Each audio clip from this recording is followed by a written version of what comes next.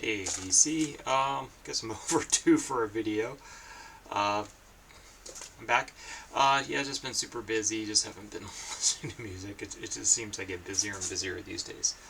Got a pretty decent stack. I thought I had some CDs to show too, but I guess not. Yeah. Oh wait. Oh yeah, I do. Okay, I'll put those on in the stack too. Okay. But yep. So jumping in, a lot of new stuff. A few re-listens. Yeah, let's just jump right in there. So rip Steve Albini today, man. That was kind of a shocker. Anyway, well, don't need to talk about that one. But here we go. Um, yeah, this one is, I'm going to probably mess this up. Muki Muki Mansu.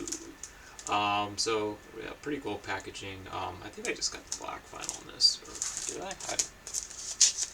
I know there was color variant. I can't even remember if I bought the color variant or not. Yeah, I think this is an import from Korea. Yeah, I got the black version. There is a pink version, which I kind of regret not getting now because I kind of would have gone with the artwork a lot better. So there's a couple Korean art students. Some kind of cool, like the artwork on this. Really cool. So, yeah, so a couple art students.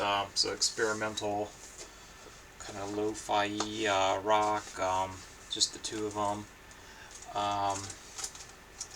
Definitely gonna listen to this a bit more, but I can't. I don't know. It's been over a week since I listened to this. I'm trying to remember how I would describe it. But yeah, if you're into like kind of the more lo-fi experimental stuff, probably up your alley. But I want to say it's like kind of like like more of a, like electronics and percussion. But yeah, I don't know, man. I'll have to re-show this. But yeah, it was originally released in 2012. I got this, I think, from Light in the Attic, but I don't think it's their own pressing. This seems to be the import version. So, made in Japan, which is kind of weird. But it's yeah, Korean band reissue. Very, very, very good. At least a 4.5. Worth checking out. Um, Muki Muki Manmansu, all one word. Um, as far as I know, it's self-titled because it just has 2012 on it. Or I guess 2012 might be the name. It's all in Hangul, so I just put a little label so I can read it. Fuck if I know. But yeah, I think it's like honestly, it's like kind of like lo-fi synth slash drums or whatever. But yeah, I showed this one before. Excellent Psychic TV, good old Genesis P Orange at his best. Newer Scum. Found this really clean UK copy in Japan a while back. Yeah, 4.5 again. That's a good one. Yeah, this one's really good too. I think I want to say it was Pat who showed this Final Rich. No Mercy. Um, Not actually Japanese or Korean or anything. No being like the Japanese, like the kind of that usually you associate with like that woman mask. It looks like happy or sad with like the really slitty, like slit eyes. White, like really bright.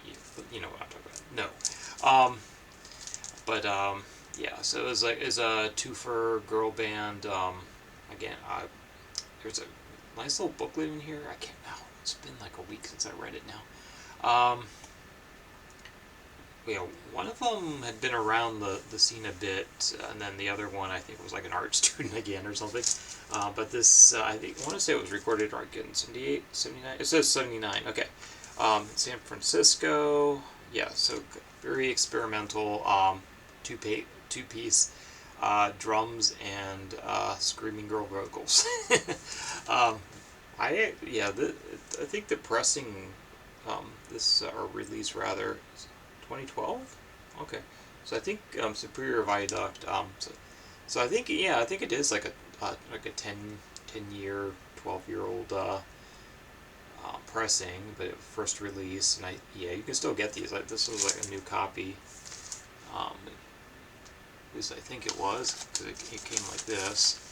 I'm assuming that wasn't relabeled, so it was sold as a new copy. We'll see. Yeah, Superior Viaduct, so it sounds good. Again, pretty solid. I'd be somewhere between a 4 and a 4.5. Really enjoyed this one. Probably not for everyone, but I think Sean, you'd like that one.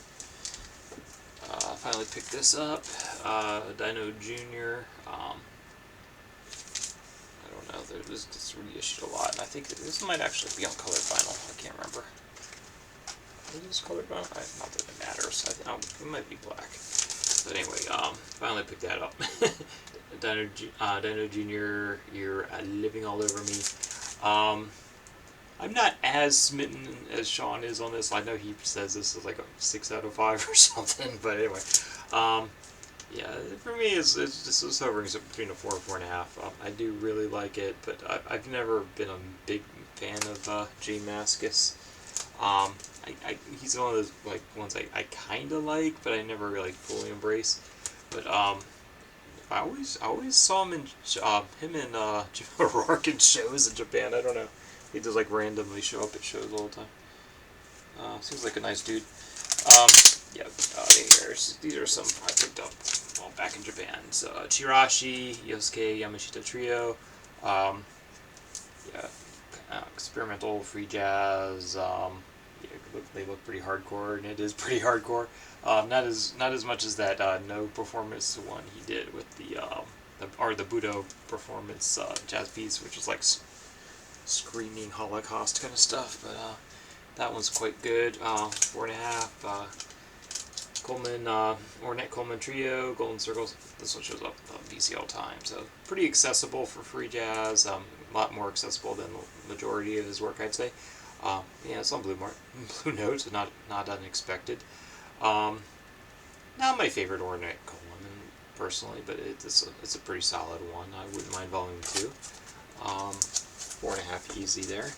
This one gets a 5. I love this album. Palehead is basically Ministry with what's his face? Ian MacKaye on vocals. That's exactly what it is. It's it's Al Jorgensen and was it Paul Barker and Ian MacKaye. I always fuck up his name. MacKaye. So yeah, very much worth checking out. It got a repress I think the end of last year or the beginning of this year. Anyway, that's so I guess there's still copies floating around, so you can get it fairly cheap. But I don't know if this one is going to stay in print or if it's gone, it's gone. But yeah, I think it's even under 20. This one I tried to get for ages from Amazon, but every single friggin' time I ordered it, I got a random album, which a couple of them ended up keeping because they were worth a lot more money and they were kind of cool. Like had some Ya Girls and stuff that came, but yeah, Weirdos, classic California punk. This is the volume 2. I'm not sure if volume 1's worth checking out. If maybe I'll stream it, but if anyone's got any opinions on that, appreciate it. But love this comp. 4.5 all day long. This is of course got the title track on it, and let's see, they had a few big hits on here, I guess. Yeah, so we got the Neutron Bomb. So I think Skateboards for Hell was kind of big. There's 2 or 3 that I definitely showed up in comps before. But anyway, got that over the weekend. Excellent. On the bargain bin, so that was awesome. Picked up the Shit Brown repress of Void on Discord sessions. It's got I should read the damn things, but yeah, so it's got, I think one side's like one of their EPs and the other one's like the other outtakes. So it's 3 songs were on the Flexure Head comp. Okay, the second session. So this is okay. So this I don't know. So basically, it's like a combination of demos and it kind of compiles some of the previous material. So yeah, excellent. Love this album. That's a 5 all day long. I do need to pick up Embrace, the new Embrace, and the new government issue 1-2. I showed this, like, I don't know, probably a month ago at this point. Youngins, named after Reagan. So basically it's, what's his name's, not Servius, but the other dudes from, what was the big one? Nation of Ulysses. It's like half of Nation of Ulysses and half of Unwound. And pretty much exactly how you'd think it sounded. A little more hardcore, yeah, I'd say. Very DC influenced, but I guess I don't think they were out of DC at the time. I guess they were. I don't know. Half of them were. Yeah, love this. Recent comp. This LG Records are putting out a lot of really good shit right now. So, but unfortunately, I don't know. Gotta figure out a way to get them cheaper, because like the ones that Discord distributes are still like 30, 35, which is, yeah. But this is like a really heavy cardboard, and it's a really thick pressing. It's over 200 grams, I'd say. But excellent, love that. Feel like that DC hardcore sound, bordering more on the Nation of Ulysses side of things. Yep, Cro-Mags. Yeah, I showed this a long time ago. Of course, you know this one. Showed up DC. That's one of the best hardcore albums of all time for sure. Uzetta's last album. What's the title? This Quick Comke Jersey Stubbit, whatever the fuck that is. I think it's on some ugly ass purple vinyl splatter or something, if that matters to you. Yeah, I had their first album. I might have sent it along to Sean. I never cared that much for it. Then they kind of got progressively better. And this one they kind of, I think they released like a few years ago. I forget the exact year, but they started out like in the, I think, early 90s or something. But this was like it's like a 2018 or something like that. I think I got a really good deal on this when they were the distributor was just getting rid of them. But pretty damn good actually. Highly recommended if you like noise bands. Pretty straightforward, typical, mid to late 90s noise band kind of sound going on here. Worth checking out. Uzetta, and I'm not even gonna try that. We'll try. I lied. Quo Cumquet Jersey Stabat. I think they're Italian. I don't even know if that's Italian. Again, not for everyone. Swans, first album Filth. Reissued, showed that before. Love it. In multiple periods. I have some of their other early stuff, original pressings. I never had that one. But out of the kind of early no wave scene, but that's definitely more of an industrial sound. Pretty harsh. Let's see. This is a comp. Echo and the Bunnyman. The cool Obi strip. Picked this up for like in the dollar bin or something in Japan. That's really good shape for the most part. VG plus, I'd say. Might be a little better. Yeah, I'm kind of like wondering if I can do one and done with this, because I do have, what was it, Crocodiles and the other one that came out about that time. So I don't know. It's like, do I keep this or do I keep those two records? Because this might be enough, because it has all the good singles on it. Shown this before, but Butcher Brown. Don't know the title on this one. This is a little more hip-hoppy, but they do good. Yeah, demolishing the lines between jazz and hip-hop from Clash. I guess that's a magazine or something. But anyway, self-titled. I don't freaking know. They've been pretty prolific. Oh, it's hashtag King Butch is the title. So very much in that kind of Chicago, UK sound, a little more hip-hop infused, jazz. Highly recommend that one. That's a 5 all day long. I think they're kind of local to the DC area, Northern Virginia, something like that. This one, I don't know the title, this John McLaughlin with Dave Holland, Carl Berger, John Sturman. Oh, there it is. Where Fortune Smiles. This is a Japanese pressing. I don't know if there is a U.S. pressing, but this, yeah. If you like McLaughlin and Dave Holland, it's going to be a little more on the experimental side. This is damn good, kind of more of a experimentally free jazzy album here. So definitely not for everyone, but I really like this album. 4.5, maybe even a 5. It might be my favorite John McLaughlin. I really like that one. Yeah, these other ones I don't talk too much about. That's Greatest Hits, Was in the Mood, and this one I know I've shown. Sean hooked me up with an unwarped copy, because like the original one I had was warped. Ederic Peters of Ravens. It's a very drum-heavy experimental rock slash free jazz. Very, very drum-heavy. Excellent. This one I ran into at a used bookstore. So Sonic Youth, ICP, and the X together.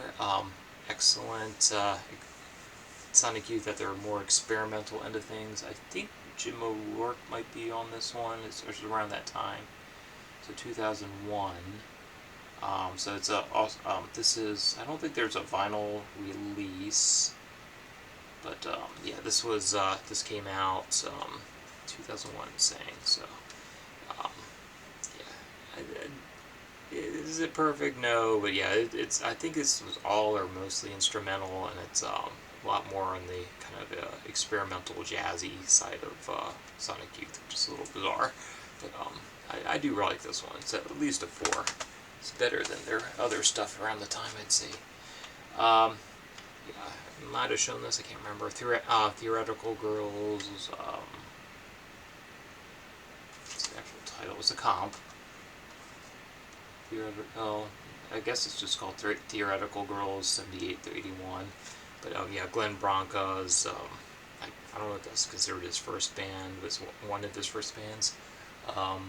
So again, no wave. I think early Sonic Youth in that vein. And yeah, I got really lucky on the bid on this one. Dadama, I guess I'm pronouncing that right. This is Not a Dream. Again, CD comp. It has most of their studio work on a single disc, so that's pretty cool to have. Their vinyl releases do go for hundreds of dollars, so I'll take the CD. Even the CD comps go for a bit sometimes.